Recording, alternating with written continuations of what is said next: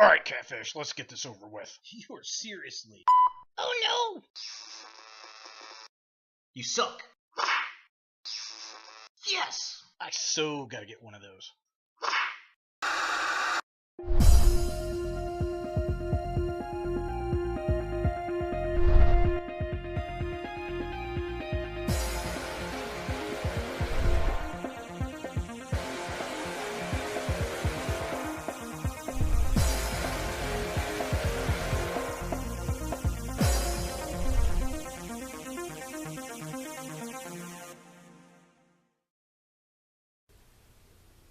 Hey guys, Ultra Maximus back with another toy review, and today we're taking a look at another DC Comics Multiverse figure, and it's the Armored Batman from the Dark Knight Returns comic book. And this is the second wave of these figures that we've received. We got Batman, and we got Superman, and then we got the little gang member guy with the bat tattoo on his face. And it continues on with the Armored Batman. We're going to get Robin, and then there's some other figures to other lines, much like the first wave that we got. Now, I noticed it was kind of interesting that this version doesn't say 30th anniversary, so that was only in the first wave, which was kind of cool. But I guess we'll go ahead and take a look at the packaging.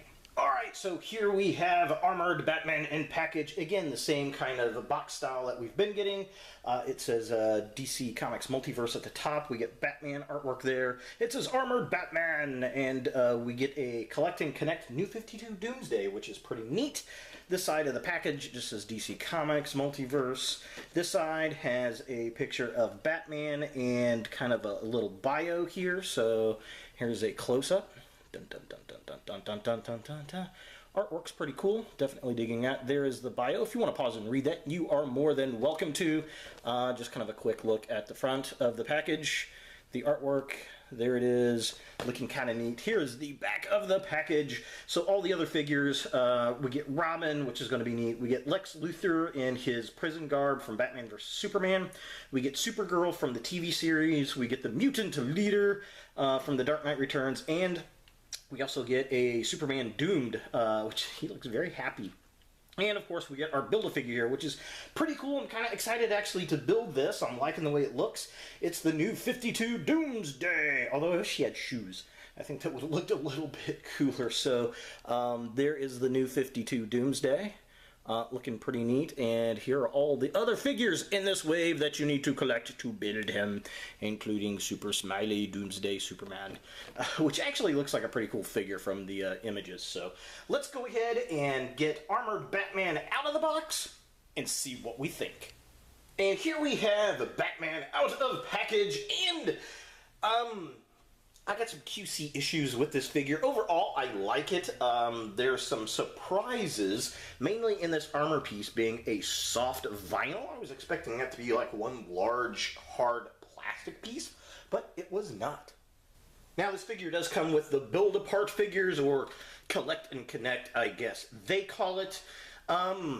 He's got Doomsday's waist, which is kind of interesting. Doomsday butt, booty, booty, booty, booty, booty, booty, booty. Okay, enough of that. And it also comes with Doomsday's head, which the design's pretty decent, but quality issue on mine. The paint totally misses the mark on the little spikes up there. I don't know if the camera's going to show that or not, but yeah, that's just really, really crappy and kind of surprising for Mattel. I rarely have paint defects on Mattel figures like that, so very, very unusual.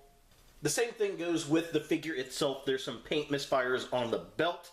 Again, very unusual, and there is a defect on the armor piece here, which I will show off.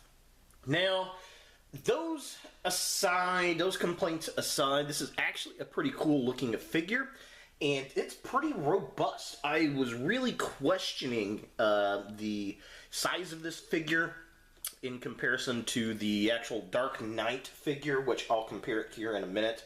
And it is bigger.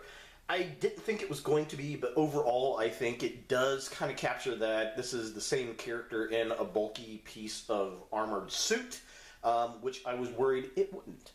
Another small complaint I have is the gun, not with the weapon itself, but the hand that it's held in. It's got only the left hand to hold the weapon in, because the right hand is a closed fist, and on the package art, he's holding it in his right hand, and in the comic book, I'm pretty sure he holds it in his right hand, not the left hand. Again, I guess that's a minor gripe, but it would have been nice to get interchangeable hands so that you could switch them out. Now, as far as articulation goes, it's really very similar to what we get out of the Mattel figures. Let's see here. His head can spin back and forth. It can look down that far into his little suit. It does not look very far at all, if any. The arms only come out about that far.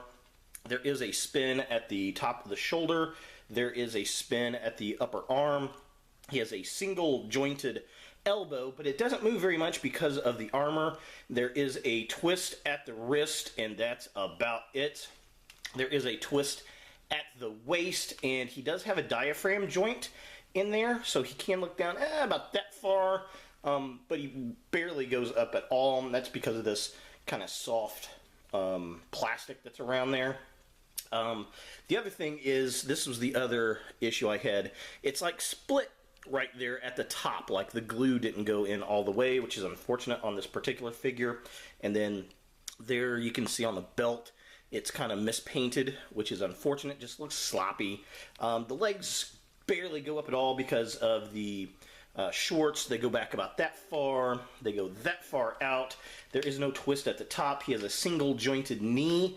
There is a twist at the boot like that. He can twist up here as well, and then there is a single jointed hinge on the foot. There is no ankle pivot, which is unfortunate, but he's got these really killer spikes, which he had on the actual comic book, so definitely very cool looking. So taking a closer look at the figure itself, I love the head sculpt on this. This really looks like it came straight out of the comics. I like the design of the eyes and the face. The armor, while it's a soft vinyl, does look good. I like the blue on the belt and the kind of armor plates on the shoulders up there. It looks really nice. All the wrinkles in the back. I like how it's got the texture design on the neck piece all the way around. The little short ears, the really dark drab blue of the back cowl itself. The way it cuts in, I mean, overall, this just looks straight out of the comics. And I think this is the first time we've gotten this figure from that book, which is pretty badass. So taking a look at the midsection of the figure, I love the gauntlets, big, round, just armored looking pieces, the flat spikes that come out, the belt buckle, although it's misfired, the chest piece, love the detail, love the look. I was really shocked it was a soft vinyl though. Again, I just thought it was going to be like a hard plastic. But overall, I mean, it looks really good. The knuckles on the back gloves look nice. Get all the wrinkles on the belt. I think that looks really nice. Nice soft vinyl for the cape, which is really, really cool. The upper arms, how it goes from the light gray to the darker gray, just really good. All the detail around the waist. It's just a really well done figure with only a few minor QC issues, which kind of disappoint me. And finally, taking a look at the bottom of the figure, I like how the cape is not too spiky like we see in a lot of the Batman comics, so it kind of differentiates himself. The gun looks good. It looks like the one that he used in the actual comic. I like the detail on the legs. Again, the armor and the softer pieces look cool. Those kind of flat, spiked out pieces from the calves look super, super nice. Again, all the detail in the cape. I think this line does a really good job with the capes. Some of my favorite capes out of action figures as of late have been coming out of this Mattel line. So that's really, really nice. And just the big round boots, the armored boots and the spikes on the boots look really cool. I like the grays, all the different paint grays. Again, they did a good job with the sculpt. It's just a few minor QC issues on this particular figure. For comparison, here we have the armored Batman from The Dark Knight Returns with the Batman from The Dark Knight Returns and the Bat Creature from Batman vs. Superman, just for fun. And he's the biggest character of them sitting here.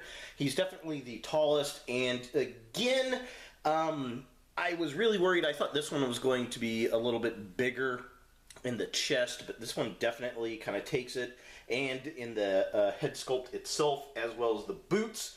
In general, just kind of a thicker, bulkier figure. And I think it's just mainly in the look, not an actual maybe plastic per se, but he looks like he's wearing a big old suit, which is cool.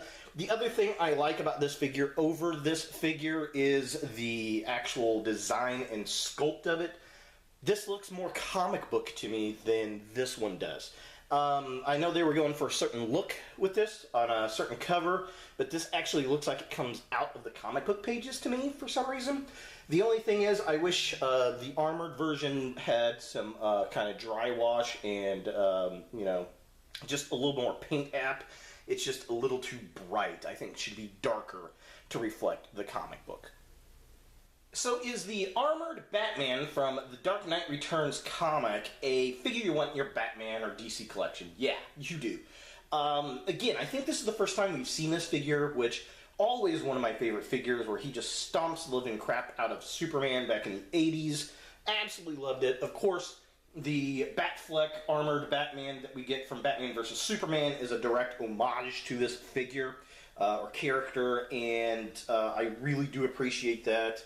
I think this one looks more like the comic book than the first Dark Knight figure we got out of this line, out of Wave 1, and I do appreciate that. My biggest issue is the QC issues as far as the paint and that seam on the side of the armor.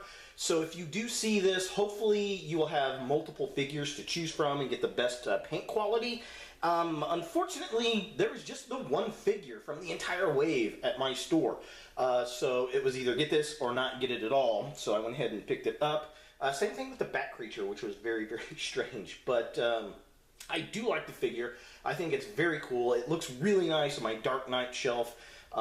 Definitely stoked about it. I like the fact it comes with a Doomsday Build-A-Figure, so I'll definitely be getting the other figures in this wave, and the rest of the wave looks pretty interesting anyway. The first wave was kind of hit or miss with me. There were only a couple figures out of it that I liked, and it didn't come with any Build-A-Figure parts or Collect and Connect, whatever you want to call them. So kudos to Mattel for doing a Doomsday Build-A-Figure. I think that will be really fun to put together. So there he is, the Armored Batman from The Dark Knight Returns. Hey guys, thanks for watching. If you like this video, thumbs it up. If you hate this video, thumbs it down. To watch more Ultra Maximus, click on the links to the right. Don't forget to subscribe and share, like us on Facebook, and look for more videos in the future.